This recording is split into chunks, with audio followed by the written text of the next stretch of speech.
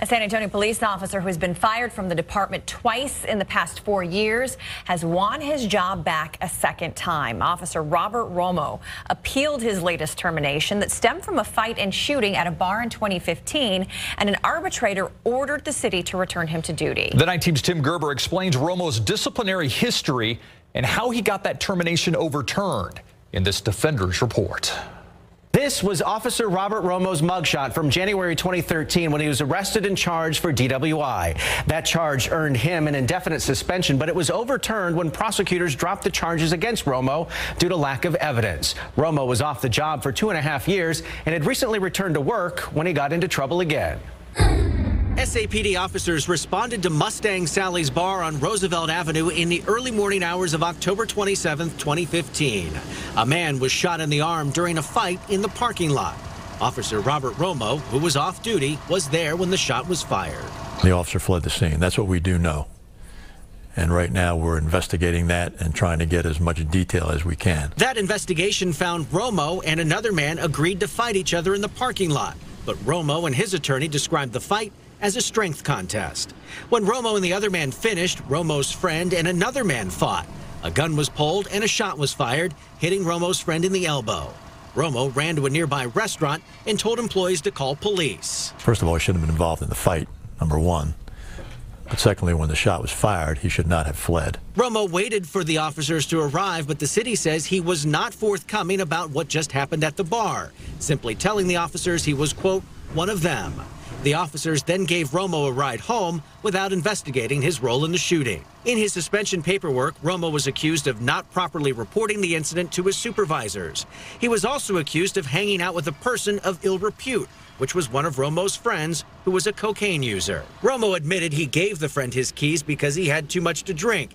And at some point during the night, that friend used the keys to take Romo's police gun from his truck. While the city argued Romo knowingly allowed the friend to retrieve his police gun, Romo's attorneys argued the friend took the gun without permission.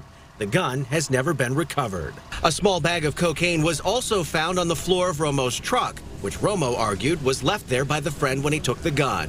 Romo took a drug test and passed it within 12 hours of the incident. Romo's lawyers argued while Romo lost his gun and didn't properly report the incident to supervisors, the other violations he was accused of could not be proven and the termination should be overturned. The arbitrator ruled in favor of Romo, reducing his suspension to 30 days and granting him back pay. For the Defenders, Tim Gerber, KSAT 12 News. Chief McManus issued the following statement, in part, quotes, with respect to the arbitrator's award, I stand by my decision to indefinitely suspend Officer Romo. This incident, along with his prior disciplinary case, did not align with our guiding principles, end quote. The San Antonio Police Department says Romo has completed the return to duty process. He will no longer be assigned to patrol functions. Instead, he'll be working in an administrative capacity. You can read Officer Romo's arbitration award and all of the disciplinary action taken against San Antonio police officers dating all the way back to 2013. It's all on our website right now, ksat.com.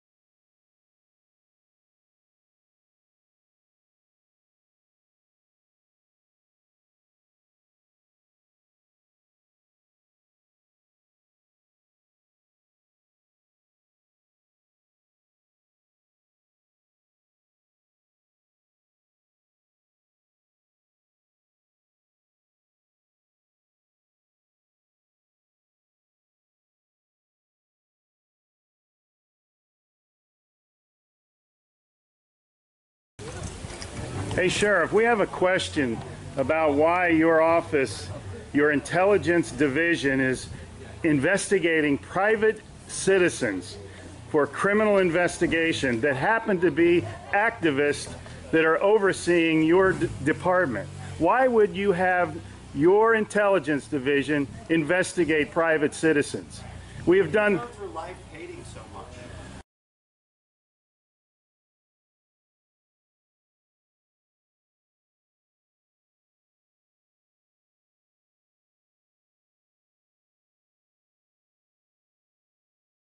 Sir, we don't hate anyone. We love freedom and we love American people. And government is out of control. That's why you're seeing such a revolt nationwide. Why can't you just answer, why is Susan Edwards, your intelligence division, investigating private citizens? This should not happen. Are you here to apply for a job?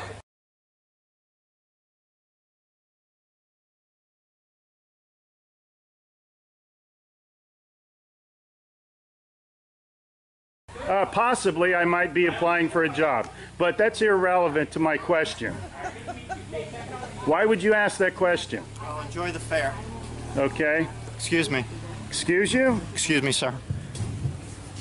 So those of you that haven't Wow. been on a bike before, we're Sheriff's just getting a little too pushy. is You the work hard for part us, Sheriff. in Just keeping keep them that in mind.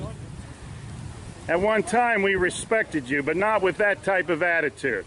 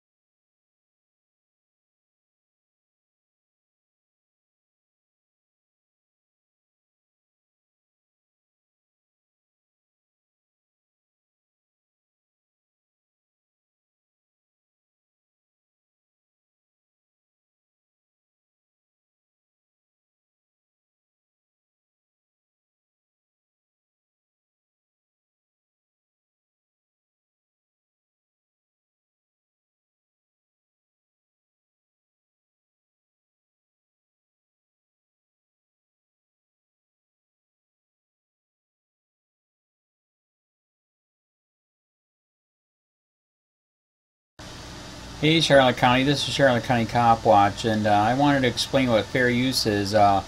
You can use pieces of news articles if you're doing it for news reporting, you have commentary, and you're doing it for education purposes. So that's what fair use is, as you can see right here. Another reason why I wanted to make this video is to let you know I have just joined with Patreon. A nice thing with Patreon, I make no money on YouTube. They took the money away years ago, and so this is another way to give, and it's a nice thing too because you can give monthly. You can give $1, $5, $10, whatever. I do 4 to 5 hours a day on trying to wake the sheeple up on how corrupt it is and different ways that you can fight the corruption. So Patreon is a way that you can do it, and then of course the old way is still there. Donate to Sheriff County Cop Watch with PayPal or credit card. So keep that in mind. 4 to 5 hours a day. I make no money, but the corruption happened to me and I'm sick of it, so I'm trying to wake people up. But my wife would love it if if we could get some help out there. There's 47,000 subscribers. Just think if each one of you subscribers just gave let's say actually yes, $1 a month. 47,000 subscribers gave $1 a month. That would be awesome. That's not going to happen. But anyways, that would be great if it did happen. But you know, do the math in your head. Just think about it. Like I said, 4 to 5 hours a day. I get no money from YouTube. YouTube has gone nuts. You can't do anything anymore. They're taking the money away everywhere. So these are a couple different ways that you can still help out with all this time that I put in. And as you know, I'm in a special situation where, you know, at least I can do it. You know, 4 to 5 hours a day. We have a cleaning company during the day. That's what allows me to do this, and we're debt free. So this is my hobby. I don't go fishing and all that other crap. I try to save the world. So help me out to make the wife happy, man. In fact, if you guys did give $1 a day, and there was 47,000 of you, and you did it, and each of you gave $1, and that was every month, oh my God, yes, I could quit. I could start suing them. Another idea too that we have is, you know, if I got, you know, some funds, we could actually contact everyone that has been ticketed and or arrested and put in jail and start sending them postcards to let them know we're here, and to see if everything went all right, and if it didn't, find out their story. So we could even do more investigations and more lawsuits. Lawsuits take money. So just think about that. You know, 47,000 of you so far right now. You know, $1 a day. I mean, $1 a month on Patreon, or $5 a month Patreon, 10, 20, whatever. Just do the math in your head. Help out. This is a lot of work every single day. Thanks.